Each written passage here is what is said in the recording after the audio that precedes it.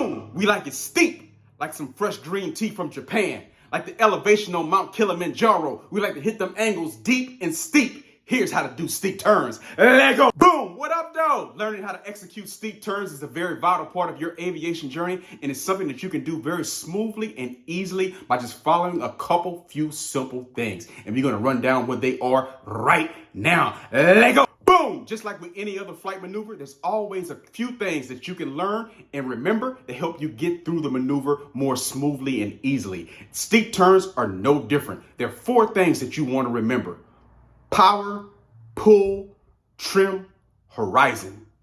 Those 4 things: power, pull, trim, horizon. If you work those things and coordinate them nice and smoothly as you're executing your steep turn, then you'll be able to hold it very smoothly and very nicely while maintaining your altitude.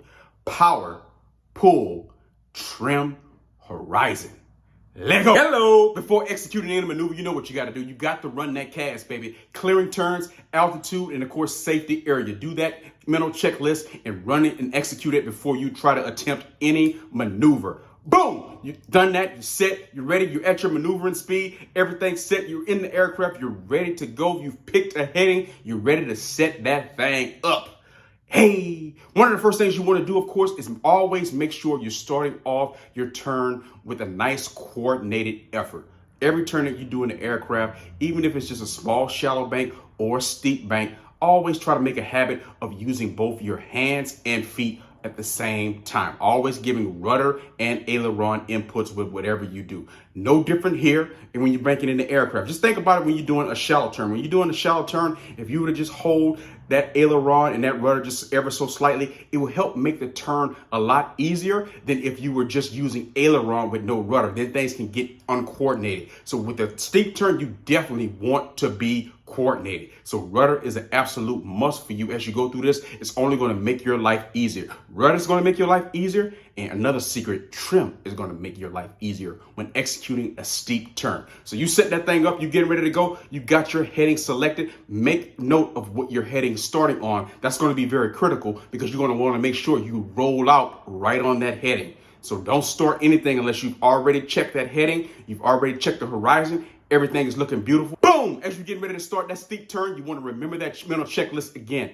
Power, pull, trim, horizon. So you're getting ready to start that turn.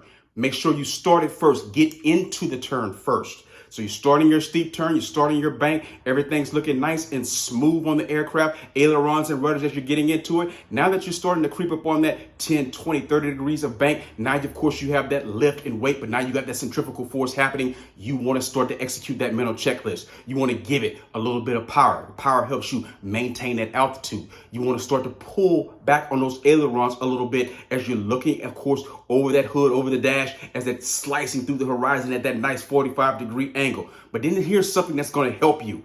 Add in a little bit of trim. Maybe it's 1 strip of trim. Maybe it's nice 2 strips of trim, depending on what kind of aircraft you have. You're going to have to experiment with that trim. The reason why trim is very key and very critical here, you don't have to pull back as much. Trim is your friend when you're doing a steep turn. And if you set the trim correctly in your aircraft, you pretty much don't even have to do hardly anything on the ailerons in regards to pulling back, and it'll just sit in that position and go around for you while maintaining that nice degree. This is why trim is your friend. This is why you want to maintain that. But you don't want to put the trim in when you're straight and level before you've even got into the turn. You want to be straight and level, get into your turn first. Commit to it, ailerons and rudder nice and coordinated. And then as you start to get around that 10, 20 degree mark, approaching that 30-degree bank, when you know that centrifugal force is going to start to be much, execute what's happening here. A little bit of power to maintain that altitude. Of course, pulling back a little bit, add in a couple strips of trim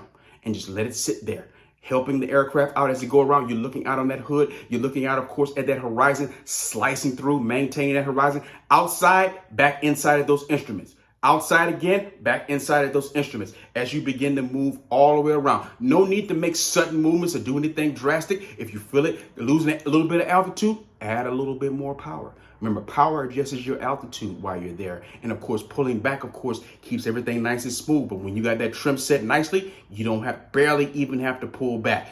And keep going around, hold it nice and steady. Once you find that nice 45-degree bank, 60-degree bank, whatever you're looking for. Continue to hold it as you go all the way around. Now, here's the interesting part where you want to always be cognizant, always have that sense of awareness. Whatever degree bank you were doing, half of that you want to start to roll out in regards to degrees so you can roll out on heading. For example, let's just say you were doing a 45-degree bank. So roughly half of that is about 20, 25 degrees. So when you're about 20, 25 degrees from the heading that you started on, if you started, say, on the north heading or whatever heading you started on, then 20 to 25 degrees before that, you want to start to begin rolling out of that bank because that's going to put you right on top of where you need to be. So always anticipate and always roll out early about half the bank degree that you're doing. If you're doing a 60-degree bank, then roll out about 30 degrees before the heading that you started on so you can end up right where you started, nice, straight, and level. And remember, you're just going to reverse the things that you were putting in. Whatever you put in, you want to take it out. That's all you got to remember when you come out. So if you were putting in a little bit of power, then you want to, of course, take that power back out. You want to at back pressure that you were putting in, start to release it and gradually let it go. That trim that you were putting in, start to bring that trim back to its neutral position or the position that it was in before you started the turn. So whatever you put in, take it out just as gradually. And the fact that you brought it in gradually, you're going to take it out gradually while you're rolling around on that heading. And that's how you can keep it nice and steady. No sudden movements. Don't jam in power. Don't pull back hard. Everything's nice, smooth, and coordinated with the trim. And then the same way you put it in smooth, you want to bring it out smooth. And if you do that, then a nice, smooth turn, maintaining everything. Again, outside, back, glancing back inside of instruments. Outside again, back inside at your instruments as you come all the way around. Trim is your friend when you're doing those steep turns. The more trim that you can use, the better off you're going to be. The less you have to fight the aircraft and the centrifugal force and everything that's happening and working against the aircraft, maintaining everything that you want to keep, and of course using your power to adjust that altitude if you find yourself losing altitude. Once you do everything to one side, of course, always practice to both sides. Just like seasoning your food, you want to make sure both sides of your food is nice and seasoned. Let's go. Boom. On our primary checklist, we had the power, we had pull, we had trim, and then, of course, horizon. When you're focusing in on the horizon, on the nose of the aircraft, you want that nose of the aircraft just slicing through that horizon at a nice angle and maintaining that as you go across. Always looking outside the aircraft and then back inside at those instruments to see whether or not you're gaining or losing altitude as well. Never rely on just one thing.